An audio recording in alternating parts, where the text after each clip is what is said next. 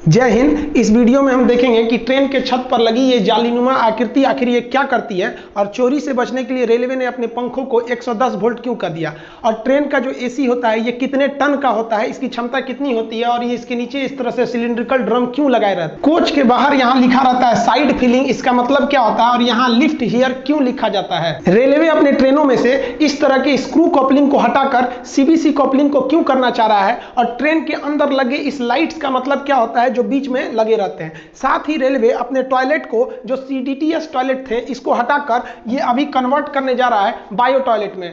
Railway अपने आधुनिक ट्रेनों से इस साइड बूफर को क्यों हटा दिया, और ये क्या करते थे साइड बूफर, अब नए ट्रेनों में ये साइड बूफर को क्यों नहीं लगाया जा रहा है। आप देखे होंगे किसी ट्रेन के साइड में यहाँ पीले रंग की पट्टी बनाई गई है, जबकि आप इस ट्रेन में देखेंगे तो यहाँ कोई भी पट्टी नहीं बनाई गई है। किसी ट्रेन के आप बोगी पे देखेंगे तो ऐसे लाइनिंग ये क्यों खींची गई रहती है, इसका मतलब क्या होता है। ट्रेन में सफर के दौरान आप ट्रेन के छत पर इस तरह एक जालीनुमा आकृति देखे होंगे, इसे रूफ वेंटिलेटर कहते हैं। आपको पता है कि गर्म हवा हमेशा ऊपर की ओर जाती है। जब ट्रेन में भीड़ ज्यादा हो जाती है तो उसमें गर्म हवा बनने लगती है, और ये गर्म हवा ट्रेन के ऊपर जाती है, जिस वजह से इसको निकालना जरूरी है, नहीं तो ट्रेन डिसबैलेंस होकर दुर्घटनाग्रस्त हो सकता है।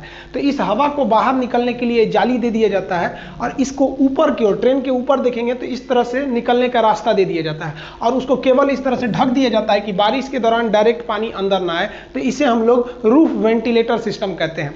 आप एक और चीज देखे होंगे कि ट्रेन के पंखे या बल्ब आपके घर में बिजली से नहीं चल सकते हैं। इसका सबसे बड़ा रीजन क्या है कि पहले लोग ट्रेन की लाइट पंखे चोरी करके लेके चले जाते थे, तो रेलवे ने दिमाग लगाया। रेलवे ने कहा कि लोगों को घर में या तो 220 वोल्ट की एसी करंट रहती है, और लाइट कट जाती है तो लोग डीसी चलाते हैं, तो डीसी अमूमन 12 वोल्ट का रहता है। मीडियम लेवल की कोई भी मशीन 24 वोल्ट की बड़ी चीजें रहती हैं, और 5 वोल्ट के छोटे छोटे खिलौने वगैरह रहते हैं। यानी रेलवे समझ गई कि एसी अगर घर में चाहिए तो 220 वोल्ट, और डीसी चाहिए तो 24 या 12 चाहिए। तो रेलवे ने दिमाग लगाया, रेलवे ने अपने पंखे तथा बत्ती को 110 वोल्ट डीसी दे दिया। अब किसी के घर में 110 वोल्ट डीसी रहता ही नहीं है, अब क्या करिएगा ले जाके ये, तो ये आपके लिए एकदम बेकार हो गया। इससे रेलवे की सामानों की चोरी रुक गई। ये 110 वोल्ट डीसी कहां से आता है, तो ट्रेन के नीचे लगे इस बैटरी बॉक्स से आता है। आप ट्रेन के नीचे देखे होंगे इस तरह से एक बैटरी बॉक्स लगी रहती है, इसी बैटरी बॉक्स से आता है। और आप गौर किए होंगे कि ट्रेन के जितने चार्जर वगैरह होते हैं ना, ससुरे आधे से ज्यादा तो जले हुए रहते हैं। ऐसा क्यों होता है आपको पता है। पावर इज इक्वल टू होता है voltage into current, P is equal to V into I. यानी अगर आप वोल्टेज को कम करिएगा तो धारा यानी करंट बढ़ जाएगा। अब ट्रेन में 110 वोल्ट रहता है और घर में 220 वोल्ट, यानी ट्रेन का वोल्टेज कम है, तो वोल्टेज कम होने से उसमें धारा बढ़ जाती है। इस वजह से तार के जलने की समस्या ज्यादा बढ़ जाती है। इसलिए आप देखेंगे ट्रेनों में लिखा रहता है कि रात 10 बजे से सुबह 6 बजे तक मोबाइल इत्यादि को चार्ज में न लगाएं। ऐसा इसलिए लिखा जाता है कि चार्ज में लगाकर अगर आप सो गए हैं तो ज्यादा देर तक उसमें सप्लाई रहेगी, तो बहुत ज्यादा धारा जाने से उसमें आग लग सकता है। कोच के अंदर की बैटरी को स्ट्रेंथ को चेक करने के लिए इस तरह से एक इंडिकेटर लगा दिया जाता है। आप ट्रेन में देखे होंगे ऐसे इंडिकेटर लगे रहते हैं। ग्रीन का मतलब एकदम मेंटेन है बैटरी, कोई दिक्कत नहीं है। येलो चार्जिंग मूड में रहती है, और अगर रेड जलने लगा है तो समझ जाइएगा कि भाई आपका जो बैटरी है वो डिस्चार्ज हो रहा है।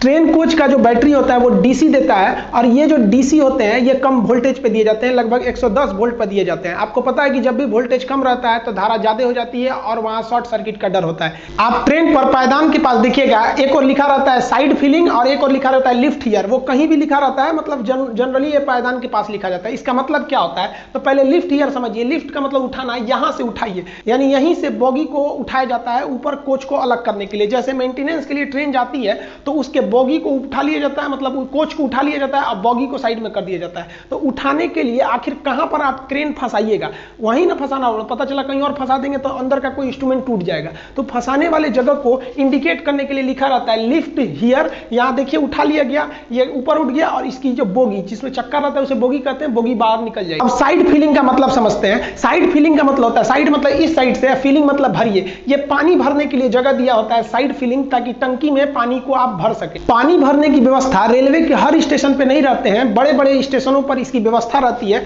इसके लिए आप देखेंगे 4 इंच मोटा एक पाइप रहता है, जिसमें से ये फ्लेक्सिबल पाइप निकले रहते हैं। इन पाइप की मदद से हम यहाँ से रेलवे का कोई स्टाफ इस साइड फिलिंग जहां रहता है वहां उस पानी को भरने लगता है। ये पानी कहां जाता है, तो ये उस कोच के टंकी में जाता है। एक कोच में 4 टंकी रहती है, 2 इस साइड के बाथरूम में, हर बाथरूम की टंकी अलग रहती है। तो 2 इस साइड में, 2 इस साइड में रहती है, यानी टोटल टोटल 4 टंकी रहती है और एक टंकी की जो कैपेसिटी होती है वो 500 लीटर रहती है और इसको भरने में 20 मिनट का समय लगता है। तो ये आप देखिए टोटल कैपेसिटी कितनी हो जाएगी, 500 लीटर की एक रहती है, ऐसे ऐसे 4 टंकी रहता है क्योंकि 4 बाथरूम रहता है एक डिब्बे में, तो टोटल 2000 लीटर इसमें भरा जाता है, लगभग 20 मिनट में इसे भर दिया जाता है। ये रेलवे स्टाफ का काम होता है कि जैसे ट्रेन आके लगेगी तुरंत उसको भरना है, इसीलिए उसे ढूंढना ना पड़े ताकि ट्रेन लेट ना हो। वहां आसपास लिख दिया जाता है साइड फिलिंग, यहीं से आप उसको भरिए। लेकिन ससुरा एक दिक्कत आ गया, एसी का जो डिब्बा होता है ना उसमें यहीं पर एसी लगा रहता है। अब बताइए जहां टंकी बनाना था वहां एसी लग गया, अब क्या करेंगे। एसी के डिब्बों को देखिएगा तो इस साइड में ये थोड़ा सा पचके होते हैं, यहाँ पे देखिए ये थोड़ा सा ये ना ये साइड से ये थोड़ा सा पचका हुआ है। क्यों पचका है, क्योंकि वहां टंकी नहीं है, वहां पर क्या लगा हुआ है, एसी। जबकि आप नॉर्मल ट्रेनों को देखेंगे जिसमें एसी नहीं है वो एक बराबर रहते हैं सब। अब यहाँ एसी लगे होने की वजह से हमको टंकी कहीं और सेट करना पड़ेगा, इसीलिए टंकी नीचे सेट कर दिया जाता है, जिसे 2 ड्रम सिलिंड्रिकल टाइप के दिखाई देते हैं, जिसे वाटर टैंक है, इसी में से पानी का यूज किया जाता है। अब ये जो एसी लगे होते हैं इसे हम कहते हैं रूफ माउंटेड पैकेज यूनिट। ये 2 ठो एसी होते हैं, एक इस दरवाजे के ऊपर होते हैं, एक उस साइड के दरवाजे पर होते हैं। हर एसी की क्षमता 7 टन होती है, इसलिए एक ट्रेन के कोच में एक डिब्बे में 2 एसी है, अतः 7 दूनी 14 टन इनकी क्या हो गई, क्षमता हो गई। ये चलते हैं 415 वोल्ट के 3 फेज एसी सप्लाई से, इन्हें जनरेटर द्वारा दे दिया जाता है 3 फेज एसी सप्लाई। देखिए ट्रेन के जो पानी भरा जाता है जनरली किसी डिब्बे में ऊपर की ओर टंकी रहता है जबकि एसी वाले में नीचे रहता है। इस पानी को अमूमन कोई पीता नहीं है, ज्यादातर लोग हाथ वगैरह धोने या बाथरूम के काम में इसे लेते हैं। अब बाथरूम से रेलवे को बहुत बड़ा दिक्कत था, लोग बाथरूम करते थे टॉयलेट बाथरूम, तो उनका जो वेस्टेज था वो पटरी पे गिरता था जिससे पटरियों को जंग लग जाता था। तो जो पहले के जमाने के ट्रेन थे ना बाथरूम, उसमें ओपन डिस्चार्ज सिस्टम था, यानी अगर कोई टॉयलेट बाथरूम गया तो उसका टोटल भी वेस्टेज है पटरी पर गिरेगा। इससे 2 समस्या, एक पटरी पे जंग लगता था, दूसरे जब रेलवे स्टेशन पे ट्रेन खड़ी रहती थी और उसमें कोई बाथरूम में गया है तो रेलवे ट्रैक पर बहुत ज्यादा गंदगी होने लगती थी। बड़े स्टेशनों पर तो इसे सफाई कर दिया जाता था लेकिन छोटे स्टेशन पर साफ करने की कोई व्यवस्था नहीं थी। इससे बचने के लिए रेलवे ने ओपन डिस्चार्ज सिस्टम को बंद किया। आप देखे होंगे पहले के ट्रेन में एक पाइप ऐसे लटका रहता था नीचे साइड में, ओपन डिस्चार्ज, इसमें कोई रोकने के लिए कोई व्यवस्था नहीं थी, सीधे नीचे गिर जाता था।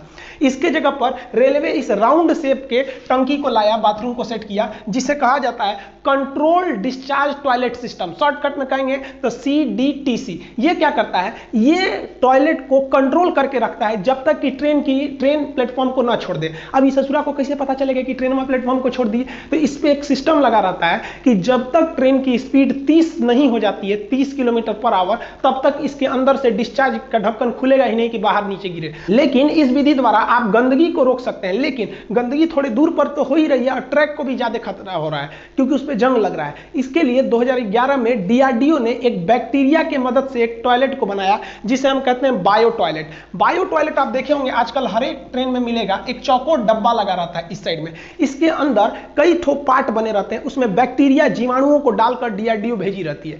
ये क्या करते हैं, हमारे टॉयलेट बाथरूम को उसको डिकम्पोज कर देते हैं, उसको छोटे छोटे टुकड़ों में तोड़ देते हैं, डिकम्पोज कर देते हैं और गैस बनाकर वो निकल जाते हैं। इसमें किसी तरह का मेंटेनेंस भी नहीं है, ट्रैक पे गंदगी भी नहीं होगी और ट्रैक भी जंग लगने से बच जाएगा। अतः अभी के समय में जितने भी टॉयलेट है वो DRDO द्वारा बनाए गए बायो टॉयलेट का ही यूज हो रहा है, ये सब आउटडेटेड हो चुके हैं। बायो टॉयलेट की एक खराबी है कि अगर उसमें आप कलम या कुछ कचरा प्लास्टिक डाल देंगे तो बैक्टीरिया अच्छा से काम नहीं कर पाएंगे, इसलिए लिखा रहता था कृपया इसमें कचरा न डालें। लेकिन हिंदुस्तान के लोग को इतना समझ है, ससुरा पानी तो डालते ही नहीं है, सब कचरा कैसे हटा देगा, सब जाएगा सब तो उसमें किसी किसी का नाम लिख देता है सब बाथरूम में। इसलिए रेलवे ना इसमें कचरा ना जाए उसके लिए इसके फ्लश पे एक तो जाली लगा देती। देखिए आप किसी भी टॉयलेट के सीट को देख के नहीं बता सकते हैं कि वो बायो टॉयलेट है या फिर ओपन डिस्चार्ज है या फिर वो CDTS है। ये तो एक सीट है बैठने के लिए, इसे वेस्टर्न कल्चर का कहते हैं, ये इंडियन कल्चर कहते हैं। अगर आपको पता करना है कि टॉयलेट कौन सा है फिर तो आपको कोच से बाहर आना पड़ेगा और नीचे का देखना पड़ेगा कि कौन से प्रकार का टॉयलेट है। हालांकि आजकल जितने भी देखने को मिलेंगे वो सब के सब बायो टॉयलेट ही लगाए जा रहे हैं।